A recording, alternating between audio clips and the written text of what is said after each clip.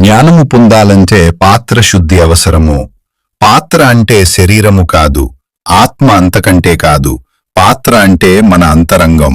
ఈ అంతరంగం మనో, బుద్ధి, చిత్త, అహంకారములతో కూడి ఉంటుంది. అన్నిటికంటే పెద్ద అశుద్ధం అహంకారము. అన్నిటికంటే పెద్ద అశుద్ధం అహంకారము. అన్నిటికంటే పెద్ద అశుద్ధం అహంకారము. అంతరంగం శుద్ధికి సులభమైన మార్గము నిష్కామ కర్మ మాత్రమే.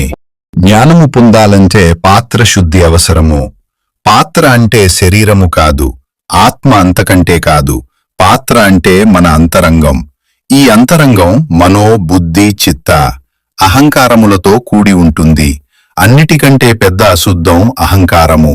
అన్నిటికంటే పెద్ద అశుద్ధం అహంకారము. అన్నిటికంటే పెద్ద అశుద్ధం అహంకారము. అంతరంగం శుద్ధికి సులభమైన మార్గము నిష్కామ కర్మ మాత్రమే.